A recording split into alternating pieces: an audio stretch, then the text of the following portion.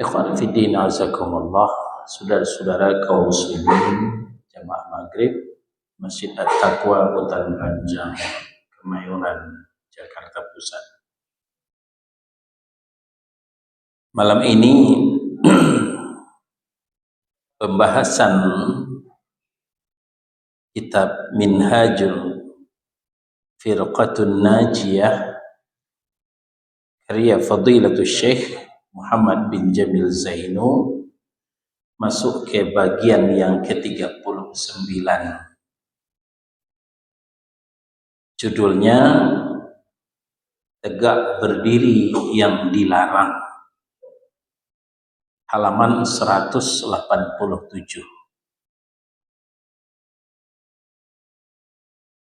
Mungkin kita sering melihat ketika jamaah sudah berkumpul, lalu muncullah seseorang yang disegani, seseorang yang dihormati, seseorang yang diagungkan, lalu serta-merta jamaah tegak berdiri menghormati, mengagungkan sosok yang baru datang. Ini mungkin sering kita lihat di mana-mana majelis, ya, apalagi jamaah dengan gurunya. Gurunya datang, jamaah bangkit berdiri, ya, dalam rangka litta'azim, menghormati, mengagungkan. Ternyata ini tidak boleh. Ini tidak dibenarkan oleh Rasulullah sallallahu alaihi wasallam. Nah, jadi hadirin, dilarang tegak berdiri di tempatnya karena sekedar menghormati dan mengagungkan yang baru datang. Siapapun yang baru datang itu, apakah ustaz, syekh, pejabat pemerintah, siapapun dia, kita tidak boleh bangkit tegak berdiri. Berikut ini kita sampaikan beberapa dalil dari qala Nabi sallallahu alaihi wasallam. Pertama, hadis sahih dari Muawiyah bin Sufyan bin Abi Sufyan. Muawiyah bin Abi Sufyan. Nah, sebelum lanjut, kita berkenalan dulu dengan sahabat yang mulia Muawiyah bin Abi Sufyan. Beliau ini termasuk yang dibuli oleh Syiah. Ya. Pasalnya karena ada konflik dengan Ali bin Abi Thalib radhiyallahu anhu.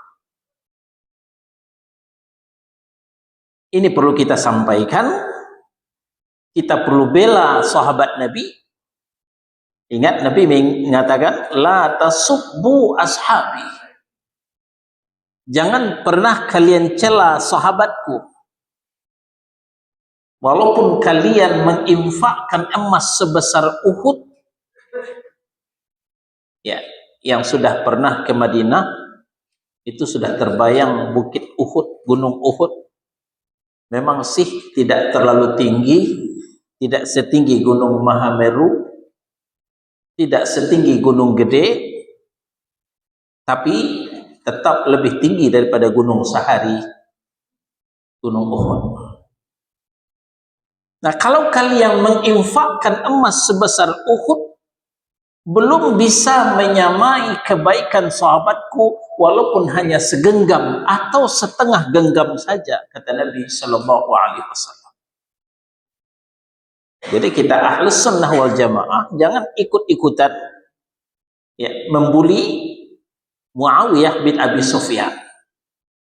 Memang beliau pernah konflik ya dengan sahabat Ali bin Abi Thalib, itu urusan mereka, bukan urusan kita. Salah satu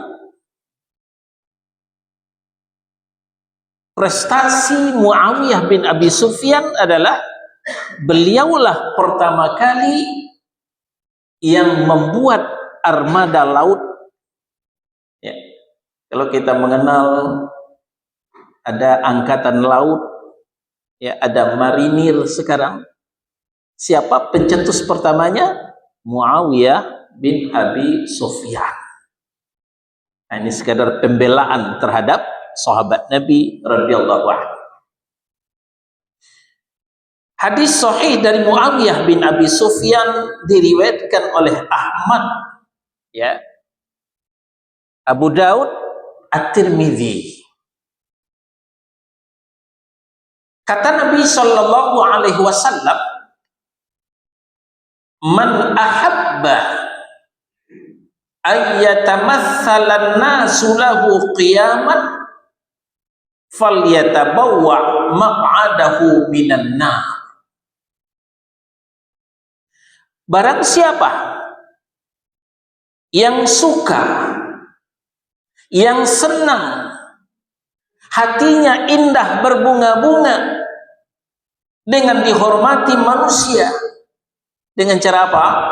Dengan cara tegak berdiri untuknya, maka hendaklah ia mencari tempat tinggal di dalam neraka. Subhanallah. Ini nggak main-main. Ini serius. Ancaman Nabi Shallallahu Alaihi Wasallam terhadap orang yang bangga, senang, kedatangannya disambut dengan tegak berdiri, carilah tempat tinggal di dalam neraka, kata Nabi Shallallahu Alaihi Wasallam. Nah, kalau demikian, bagaimana kita menerima kalau ada audiens seperti itu, ada jamaah seperti itu? Seharusnya kita beritahukan. Ya, umpamanya kita seorang yang terpandang, kita seorang tokoh, ya, apalah jabatan kita, lalu kita dihormati, kita diagungkan. Dengan cara begitu, maka kita sampaikan, kita minta audiens, kita minta yang hadir supaya duduk kembali. Duduk kembali. Jangan biarkan orang yang tegak berdiri menyambut diri kita itu. Ya, kita tidak boleh membiarkan sesuatu hal yang menyimpang, yang tidak sesuai dengan apa yang diajarkan oleh Nabi sallallahu alaihi wasallam.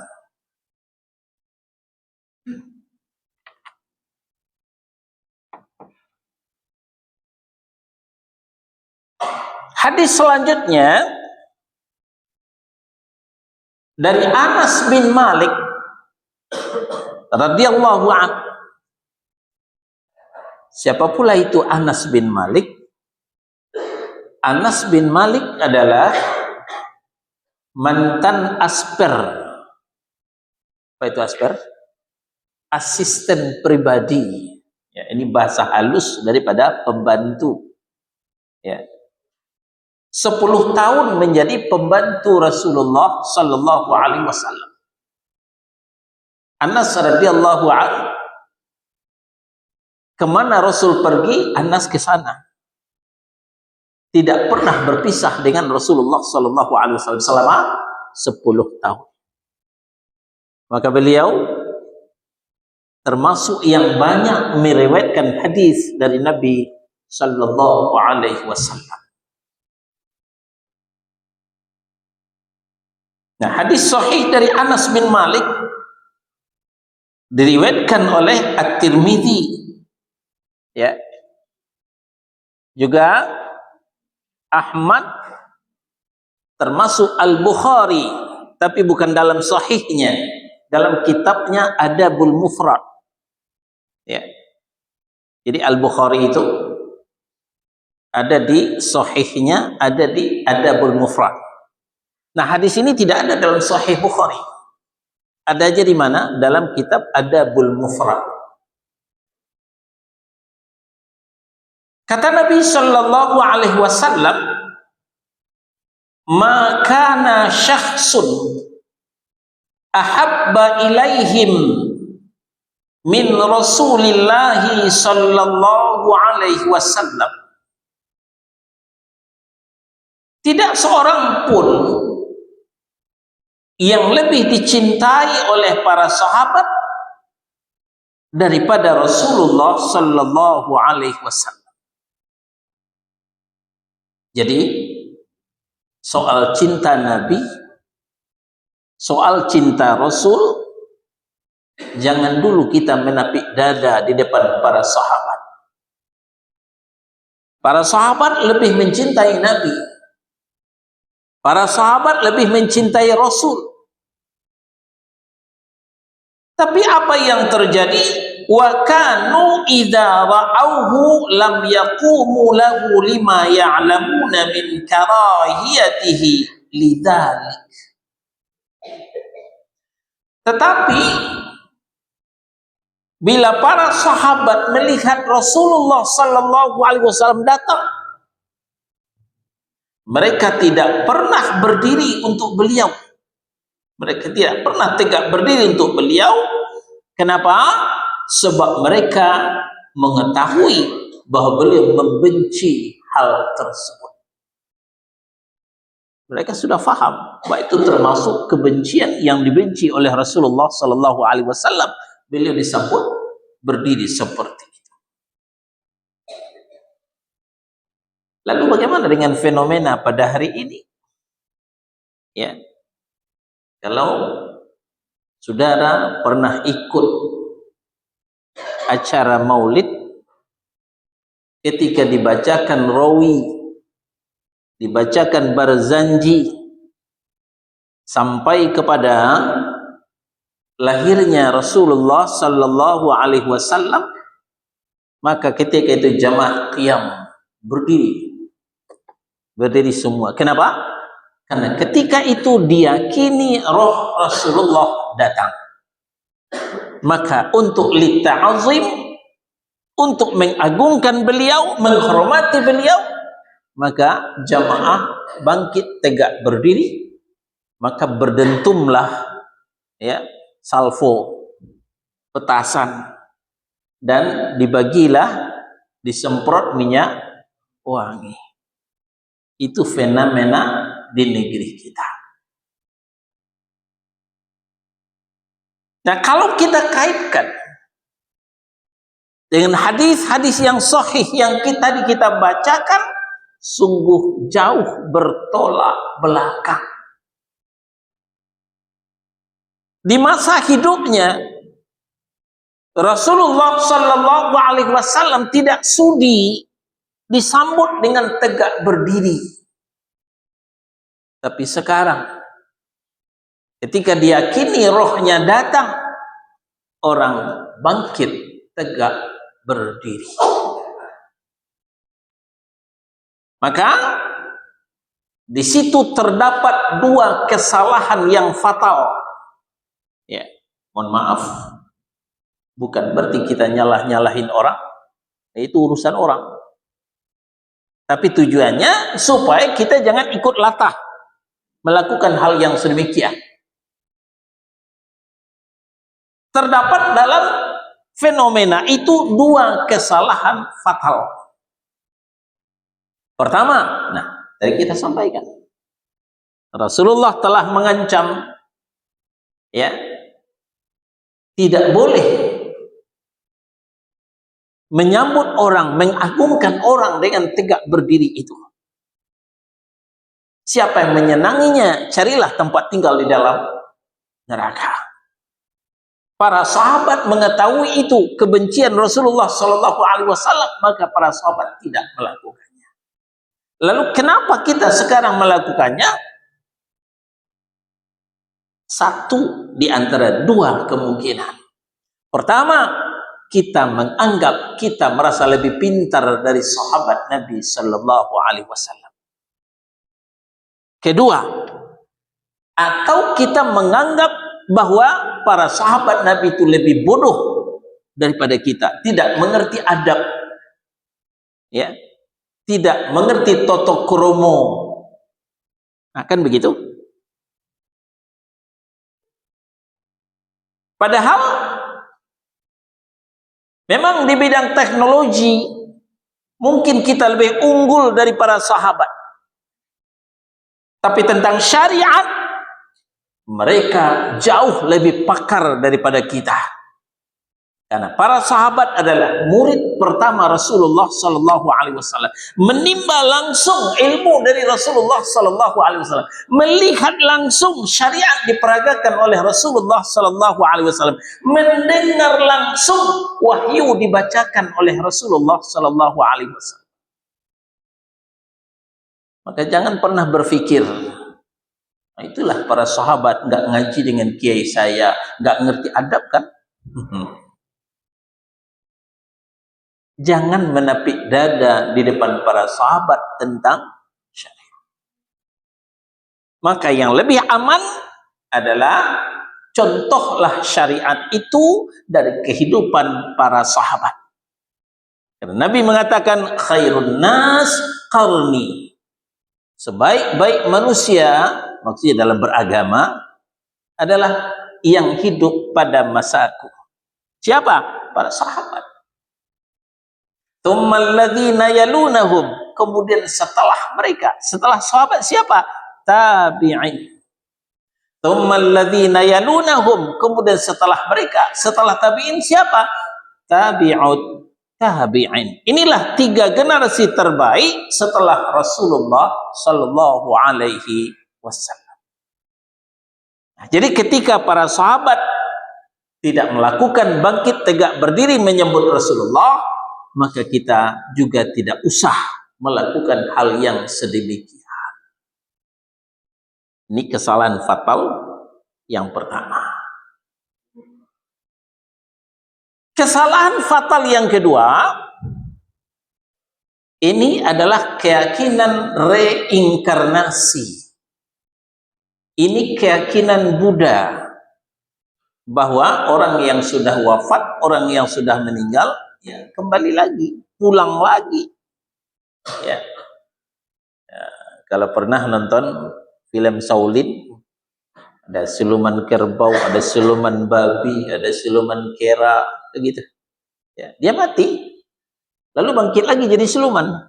Nah, itu keyakinan Buddha, reinkarnasi. Lalu keyakinan Ahlus Sunnah bagaimana?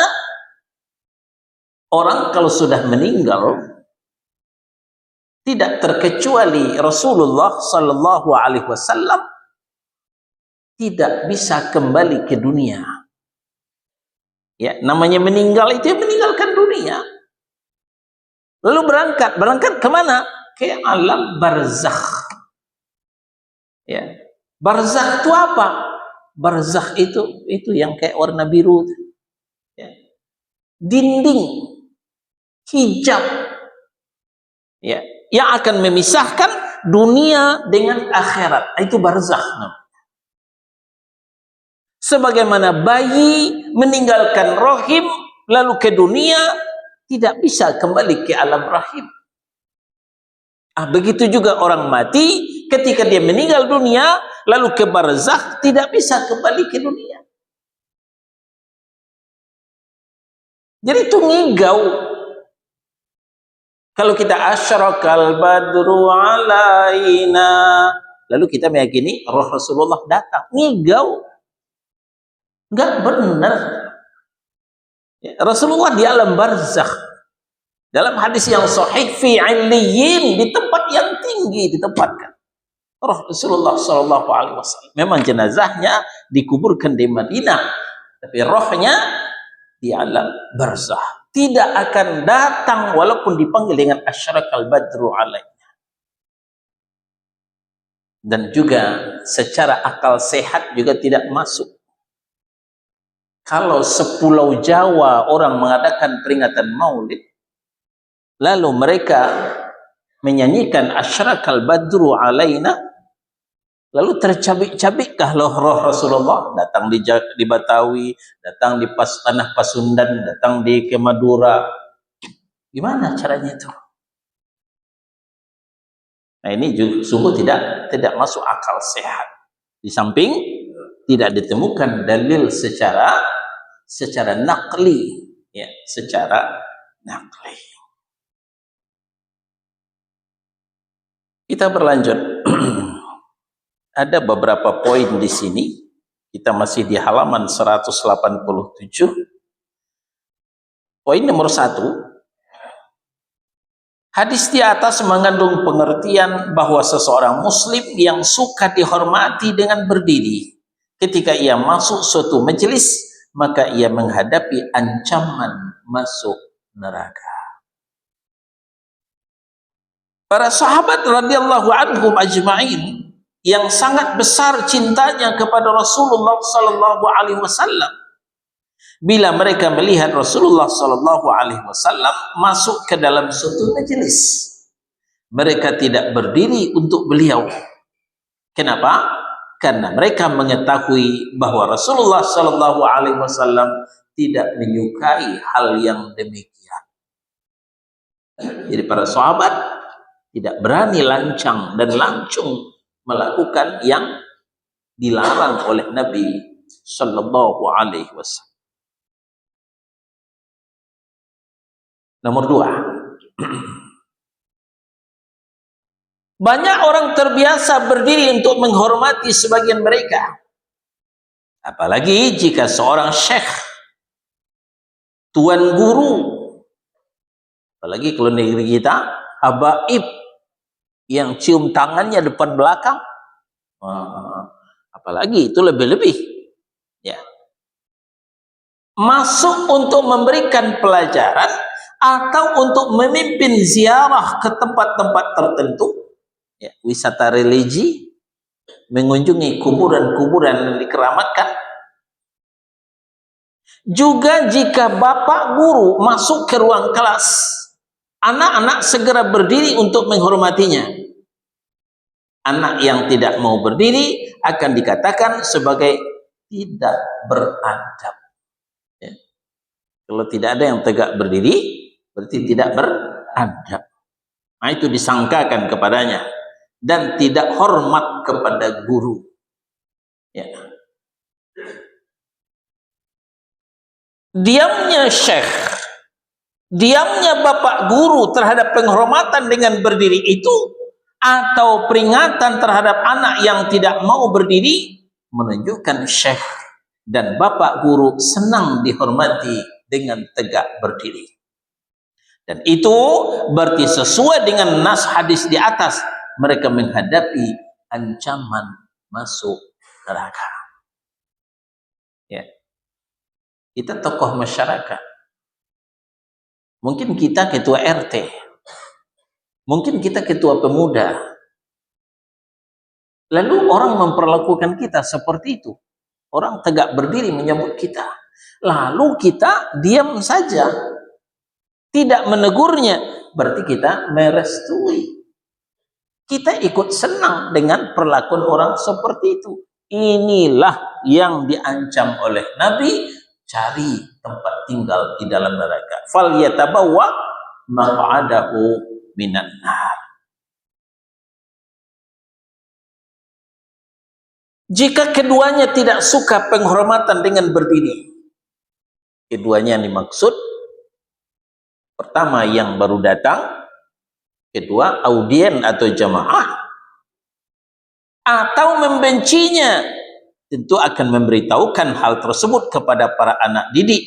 Selanjutnya meminta agar mereka tidak lagi berdiri setelah itu.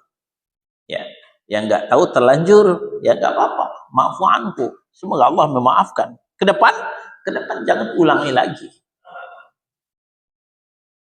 Lalu menjelaskan hal tersebut dengan menguraikan hadis-hadis tentang larangan penghormatan dengan berdiri yang tadi sudah kita bacakan tadi. membiasakan berdiri untuk menghormati orang alim atau orang yang masuk suatu majelis akan melahirkan di hati keduanya kesenangan untuk dihormati dengan cara berdiri. Sehingga jika seorang tidak berdiri, ia akan merasa gelisah. Orang-orang yang berdiri itu menjadi penolong syaitan dalam hal senang penghormatan dengan cara berdiri bagi orang yang hadir. Ya, berarti sudah ikut andil membantu syaitan menggelincirkan kaum muslimin. Kita berlanjut kepada hadis Abu Hurairah radhiyallahu anhu, diriwayatkan oleh Al-Bukhari. Ya. Sahih dari Abu Hurairah, diriwayatkan oleh Al-Bukhari. Apa kata Nabi?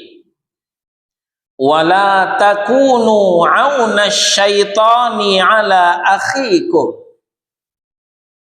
Janganlah kalian menjadi penolong syaitan atas saudara kalian. Syaitan sedang menggelincirkan saudara kita, sedang menipu saudara kita, sedang menyesatkan saudara kita. Jangan kita ikut menjadi pembantu syaitan, penolong syaitan. Ya. Jadi ketika kita membiarkan praktek seperti itu, berarti kita telah membantu syaitan dalam menyesatkan saudara-saudara kita. Jadi apa yang harus kita lakukan? Kalau kita yang baru datang, kita yang sedang dihormati, kita yang sedang diagungkan, kita minta audien, kita minta jamaah supaya duduk kembali di tempatnya. Ya, tidak usah berdiri menyambut saya. Lalu kalau kita sebagai jamaah, kita sebagai audien, betapapun agungnya yang datang, betapapun kibarnya yang datang, jangan ikut tegak berdiri untuk menyambut, ya, untuk menghormati, mengagungkan mereka. Kalau ada teman dekat kita, ya boleh kita colek, nggak usah berdiri, duduk saja. Ya, sambil menyampaikan hadis-hadis yang sudah kita sampaikan ini. Nomor 3. Banyak orang mengatakan, kami berdiri kepada bapak guru atau syekh hanyalah sekedar menghormati ilmunya. Ya. Kita dengar alasan seperti ini. Kita menghormati ilmunya. Beliau lebih berilmu daripada kita. Beliau ulama kibar, ulama besar. Maka dalam rangka menghormati ilmunya, kita bangkit tegak berdiri. Lalu kita tanyakan kepada mereka, apakah kalian meragukan keilmuan Rasulullah Sallallahu Alaihi Wasallam? Kira-kira lebih banyak mana ilmu Rasulullah dengan ilmu syekh kalian? Dengan ilmu guru kalian? Lalu kalian mengagungkan ilmu yang ada pada guru kalian. Sementara Rasulullah gudangnya ilmu tidak mau diperlakukan seperti itu. Dengan tidak maunya Rasulullah diperlakukan seperti itu, maka runtuhlah kesombongan syekh-syekh, guru-guru, ya, yang mau diagungkan, dihormati dengan bangkit tegak berdiri itu. Nah, jadi kita bertanya kepada mereka, apakah kalian meragukan keilmuan Rasulullah Sallallahu Alaihi Wasallam? Dan kalian meragukan juga tentang adab para sahabat kepada Rasulullah. Meskipun demikian, mereka tetap tidak berdiri untuk mengagungkan Rasulullah Sallallahu Alaihi Wasallam. Ya, sama juga dengan Sayyidina, ya, kaum muslimin pada hari ini, Kalau membaca solawat ditambah dengan Sayyidina wa Habibina wa Syafi'ina wa Maulana Muhammad. Sebentar lagi Ramadan, di sela-sela tarawih kita mendengar itu. Ya, Bilal mulai membacakan solawat, Allahumma salli ala Sayyidina wa Habibina wa Syafi'ina wa Zukhrina wa Maulana Muhammad. Allahumma salli wa sallim alaih. Kan begitu. Ini kenangan Ramadan. Nah, kita tanyakan, kenapa sahabat tidak membaca Sayyidina setelah ditegur oleh Nabi Shallallahu Alaihi Wasallam? Awal-awalnya sahabat juga membaca Sayyidina, anta Sayyiduna ya Rasulullah, engkaulah Sayyid kami. Ini sudah berlalu pembahasan kita ya. Apa jawab Nabi? Sayyiduna Allahu tabaraka wa ta'ala. Sayyid kita adalah Allah subhanahu wa ta'ala. Bukan saya Sayyid kalian. Ini bantahan Nabi Sallallahu Alaihi Wasallam. Nah, sejak itu sahabat tidak lagi memanggil Rasulullah dengan Sayyid. Ketika bersalawat hanya dengan Allahumma salli ala Muhammad. Tidak Allahumma salli ala Sayyidina Muhammad. Lalu kalau kita katakan menghormati dalam rangka adab kepada Rasulullah, kita tanyakan, apakah para sahabat itu nggak ngerti adab? Para sahabat itu tidak memuliakan Rasul? Perkara adab, perkara memuliakan Rasul, mencintai Rasul, belum apa-apanya kita. Mungkin kita cuma seujung kuku para sahabat. Tapi soalnya, karena Rasulullah nggak suka, Rasulullah nggak senang, Rasulullah membenci, melarang ketika ada sahabat membaca Sayyidina itu. Nah, begitu juga dengan menyambut tegak berdiri. Islam tidak mengajarkan penghormatan dengan tegak berdiri. Tetapi dengan apa? Dengan ketaatan dan mematuhi perintahnya. Dengan ketaatan dan mematuhi perintahnya. Sebaliknya kita lihat, yang doyan tegak berdiri, yang doyan qiyam ketika asyarakal badru alaina itu, mereka tidak taat, tidak mematuhi perintah Rasulullah Sallallahu Alaihi Wasallam. Salah satu contoh kecil, ketika makan dan minum saja. Perhatikan ketika mereka minum, mereka seenaknya minum dengan tangan kiri. Putar kepala botol dengan tangan kanan, lak lak lak lak lak lak lak. Atau juga minum dengan gelas. Perhatikan saja mereka lebih senang minum dengan tangan kiri. Padahal Rasulullah Shallallahu Alaihi Wasallam telah mengatakan, "Idza akala ahadukum falyakul biyaminih." Apabila salah seorang di antara kalian makan, makanlah dengan tangan kanan. Wa idza syariba, kalau di antara kalian minum, falyashrub biyamini, minum juga dengan tangan kanan, kata Nabi. Kenapa masih makan dengan tangan kiri? Kenapa masih minum dengan tangan kiri?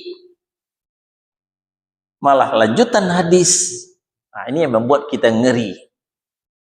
Fa inna syaitan, sesungguhnya syaitan itu ta'kulu bishimalih wa tashrabu bishimalih. Syaitan suka makan dengan tangan kiri, minum juga dengan tangan kiri.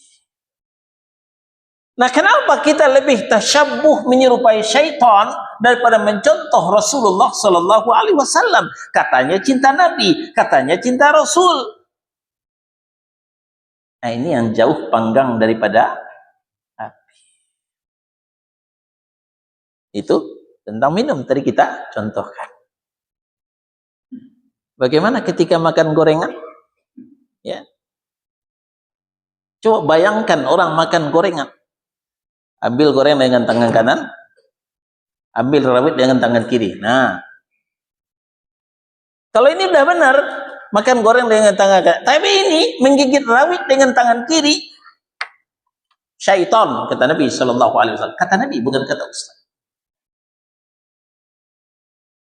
Nah, jadi yang lebih utama memuliakan Rasul, mengagungkan Rasul adalah dengan mentaati perintahnya, meninggalkan larangannya, bukan dengan tegak berdiri, bukan dengan baca Sayyidina. Jadi kita ulang, kita di halaman 189 alinea kedua. Islam tidak mengajarkan penghormatan dengan tegak berdiri, tetapi dengan ketaatan dan mematuhi perintahnya, menyampaikan salam dan saling berjabat tangan.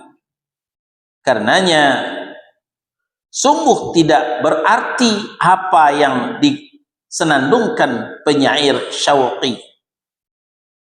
Nah, ini ada syair, ya, apa bunyinya? Berdirilah untuk sang guru, penuhilah penghormatan untuknya. Hampir saja seorang guru itu menjadi seorang rasul yang mulia. Jadi ketika guru diperlakukan seperti itu, ya, hampir saja menurut image jamaahnya, ya, guru itu seperti rasul yang mulia. Ini kesesatan, ya, yang paling sesat. Jadi akibat, ya, berdiri untuk menyebut tuan guru, ya, memenuhi penghormatan untuk tuan guru, hampir saja seorang guru itu menjadi seorang rasul yang mulia. Itu tidak bakalan bisa. Dan Muhammad sallallahu alaihi wasallam adalah rasul terakhir. La nabiyya ba'dah. Tidak ada lagi nabi setelah beliau.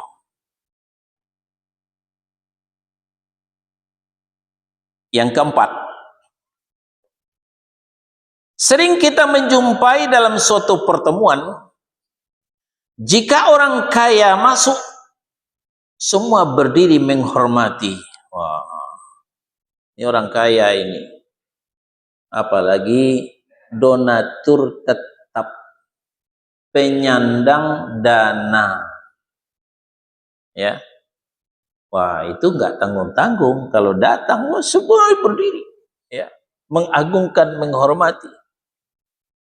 Apa bisikan syaitan ketika itu? Kalau kita tidak tegak berdiri, dia akan berhenti nanti jadi donatur kita.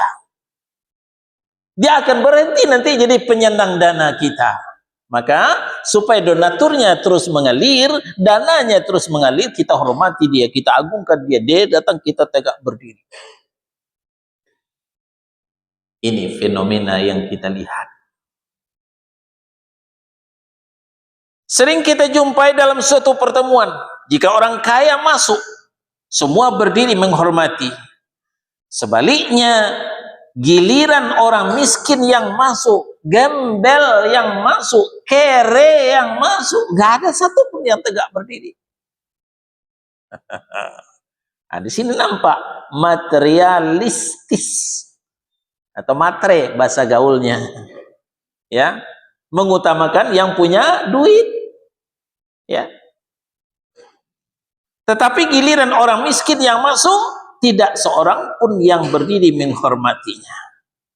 Perlakuan tersebut akan menumbuhkan kecemburuan sosial, ya, iri dan dengki di hati orang miskin terhadap hati orang kaya dan para hadirin yang lainnya. Siapa dia tuh? Kok dia orang tegak berdiri? Ini enggak. Ini enggak tahan ini. Ini penyakit, ya, di tengah jamaah, di tengah masyarakat. Kalau sudah mulai ini, ya, kecemburuan sosial, rasa iri dan dengki, siap-siap saja jamaah akan pecah. Ya. Masyarakat akan berkeping-keping. Kalau kita sudah membeda-bedakan mereka, karena status sosial, ya, karena kekayaannya. Akhirnya antar umat Islam saling membenci sesuatu yang amat dilarang dalam Islam. Padahal kita saling menghormati, ya, saling menyayangi, tidak boleh saling membenci. Maka kita hilangkan benih-benih kebencian itu, ya, kita cabut sampai ke akar-akarnya. Musababnya berdiri untuk menghormati itu tadi. Padahal orang miskin yang tidak dihormati dengan tegak berdiri itu bisa jadi dalam pandangan Allah lebih mulia. Ya. Dalam laut bisa diukur. Dalam hati manusia siapa yang tahu? Secara kasat mata, mungkin yang lebih banyak duitnya yang mulia, yang miskin tidak mulia. Tapi tahukah kita, mungkin yang lebih miskin itu dimuliakan Allah, lebih lama sujudnya, lebih banyak membaca ayat-ayatnya ketimbang orang kaya. Mungkin saja orang kaya itu sujudnya lebih sedikit, baca Qur'annya lebih sedikit, ya. Kita nggak tahu. Apalagi Allah Subhanahu wa Ta'ala bukan mengatakan yang paling mulia itu orang yang kaya, tidak. Orang yang paling mulia itu bukan orang kaya, tapi adalah orang yang bertakwa. Nah, itulah Al-Hujurat surah yang ke-49 ayat 13. A'udzubillahi minasyaitonir rajim. Inna akramakum indallahi atqakum. Sesungguhnya orang yang paling mulia di antaramu di sisi Allah ialah orang yang paling bertakwa di antaramu. Kalaulah boleh kita bangkit tegak berdiri menyambut seseorang, maka yang lebih pas kita tegak sambut berdiri itu adalah orang yang paling bertakwa, bukan orang kaya, bukan pejabat tinggi. Yang kelima, mungkin ada yang berkata, jika kita tidak berdiri untuk orang yang masuk ke majelis, mungkin dalam hatinya terdetik sesuatu prasangka kepada kita yang duduk. Ya, ini waswasus syayatin, talbisul iblis, ya, yang membisikkan ke telinga kita. Jangan-jangan, waduh, salah besar kita tadi. Kenapa? Beliau datang kita tidak tegak berdiri, kita tidak tegak berdiri. Jangan-jangan nanti. Nah, ini waswasus syayatin, selalu membisikkan ke telinga kita. Nah, kita jawab. Kita menjelaskan kepada orang yang datang itu bahwa kecintaan kita padanya terletak di hati. Dan kita meneladani Rasulullah SAW yang membenci berdiri untuk penghormatan. Juga meneladani para sahabat yang tidak berdiri untuk menyambut beliau. Dan kita tidak menghendaki orang yang datang itu masuk neraka gara-gara kita. Mungkin kita kedatangan tamu, apakah dari kelurahan, dari kecamatan, apalagi dari balai kota. Nah, tentu kita menghormati. Ya, sebagai warga yang baik, kita menghormati. Lalu kita tidak bangkit berdiri. Mungkin dalam kata sambutan, ya, kan ada tuh kata sambutan dari panitia. Mungkin dalam kata sambutan ini kita bubuhkan, mohon maaf, tamu kami, bapak kami, pejabat kami yang kami cintai, yang kami agungkan, kami tidak menyambut dengan tegak berdiri, tapi bukan mengurangi rasa hormat kami. Kita sampaikan seperti itu. Ini murni karena dilarang oleh Nabi Shallallahu Alaihi Wasallam, dan kami tidak ingin perlakuan kami yang berlebih-lebihan akan membuat bapak tamu kami akan masuk neraka. Wah, jempol ini, ya, kita sampaikan dalam kata sambutan supaya mereka faham. Jangan nanti karena kita tidak bangkit tegak berdiri dianggap kita tidak memuliakan mereka. Maka dalam sambutan kita sampaikan seperti ini. Jadi kita menjelaskan kepada orang yang datang itu bahwa kecintaan kita kepadanya terletak dalam hati, bukan dengan sikap bangkit tegak berdiri.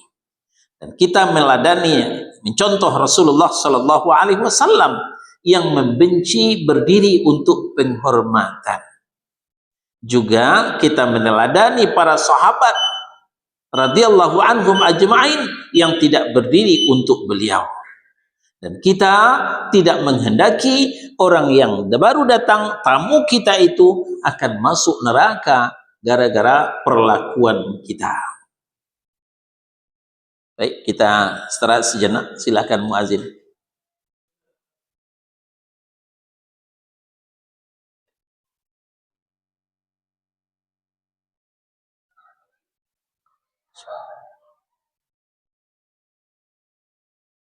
Yang keenam, terkadang kita mendengar dari sebagian masyayikh, tuan guru, apa katanya? Bahwa Hasan penyair Rasulullah Sallallahu Alaihi Wasallam pernah menyenandungkan syair. Apa bunyinya? Qiyamul azizi alayya fardun. Berdiri untuk menghormatiku adalah wajib. Ini syubhat, ya. Ini syubhat, tidak benar datang dari Nabi Sallallahu Alaihi Wasallam seperti itu, ya. Apalagi bertentangan dengan dua hadis yang sahih.